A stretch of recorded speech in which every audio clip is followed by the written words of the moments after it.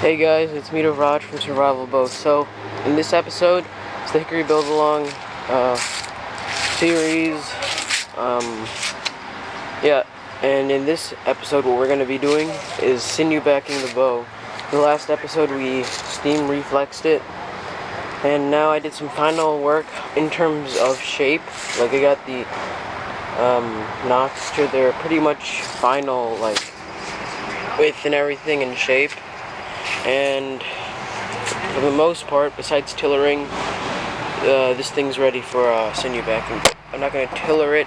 Obviously, I'm not going to tiller it now, because if I just I tiller it and then put sinew on, I just have to restart the whole tillering thing. So I'd rather just sinew first. So anyway, alright, so check out my setup. What I got going is the bow is suspended just barely off from the table with these, like, they're nothing special. They're just blocks of wood. It's really all you need. Just have to make sure that it doesn't hit the table, because if it, I'd like to keep it stable in the air so it doesn't flip over or anything. Now for this, I'm not using hide glue. I'm using Tight Bond 3 Ultimate Wood Glue. I've used it before for this, and it seems to be really good for it. You know, it creates really durable bonds between the sinew and the wood, and it seems to work the best in, like, you know, of all the glues I've tried. But that's just my experience. Okay, so let's check out what I got for sinew. I got two types of sinew going here. I got some really long back sinew from the spine of a deer. This is, like, I can't remember how many this came from. A few though, at least like 10. But it may not look like much, but it's compacted. It's actually pretty decent amount. But I also got just a little bit of leg sinew that I'm going to be using this for. I'm going to separate it for tying it off, because at the end, once all that sinew's on there, I'm going to need sinew to tie off the ends here for the drying process to keep it bound, you know. Oops. Alright, and now let's look at what else I have. I haven't poured the glue out yet, because I only want to pour the glue as soon as I start, because I want to start, whatever. Anyway, so I got water here. Now the reason I need water is because every time, well, first of all, I need something to put my hands in, because this glue sticks really well.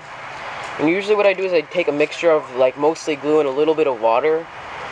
And that way what happens is the glue's effectiveness still holds, like, its strength, but I also get a little bit more liquid in there.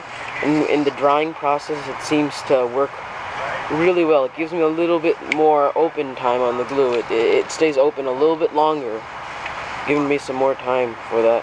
And I also need something to clean this thing. This is what I'm using. What I'm going to be doing is I need a base coat of glue, and where I'm starting, we're going to start at the handle, just to let you know. What we're doing is we are going to start right around the center, and we're going to branch off in both directions, going that way. In every, like, so ways, I put a base coat of glue, like this, you know, supposing there's glue there. Then I put that on top of it, the sinew with glue on it already. And then when that's all done, I take this brush and put another coat over it, once the whole coat is done, you know. It makes a pretty strong 3-layer glue bond, you know. It's pretty strong when you do that. So, let's begin. I'll get everything set up, and then I'll come back. Alright guys, so I got a little bit of glue poured there. What I do is I just start with very small amounts at a time. And, I don't know, the reason I'm just using this metal pot, there's nothing special about it. It's broken, so my parents really don't care what I use it for. So yeah, but anyway, very little at a time so it doesn't dry up too quick. So then what I'm going to do now is I'm going to take this brush right here, put just a dab of water on it, you know, just a little bit of water on it, and then take the first thing and then put it a little bit in that glue right there. Now we're going to start by putting it at the handle like so. Now, very small parts at a time, so that, you know, if I, like, put a base on the whole thing, and then I was to put the sinew over it, by the time I get to the end points, it would be pretty dry compared to what I need, you know? So I'd go little at a time so it doesn't dry up too quick. Get that nice. You know, you can see it's mostly glue and a little bit water. It gives it more fluidness. Easier for me to use, and it still works just as well, I've noticed. Oh, and if I didn't say this already, I used a rasp to rough the top of this bow before I back it with glue and everything. It makes it rough and gives the glue a little bit more to hold on to. So now what we're going to do is I take strands. I'll just take like maybe 6 or 7 strands of sinew. You know, it's kind of bundled. Hold on. Sticking together. Okay, how about I just put this on the base of the handle and then I show you, because this camera is making it a little hard for me to do everything at once. Alright. Okay guys, so I actually ended up sending you back in the whole thing before I came back to you guys. So, the reason is I wanted to show you guys actually me sinewing each part, but it was it was going to be way too difficult to try and do that with the camera in my hand. I need both hands when I'm sinew backing this. But let me explain. The way I did it, I took strands of 5 or 6, sometimes more. And what you do is you start right here, one strand, and you work through the center, one, like you know, thin strand to one tip, and then the same thing to the other tip, like right in the center. So you have this thin sinew strand going through the center, all the way. That's how you start it. And then what you do is you build up upon the sides. Then you go from this side and you do the same thing going next to it, next thing going next to it, and you do it that way. Basically what you're doing is you're building it outwards like that, and then going out that way. And what I did is I did a really thick coat of that, probably equal to like 2 real coats of sinew. Really thick coat of that, like.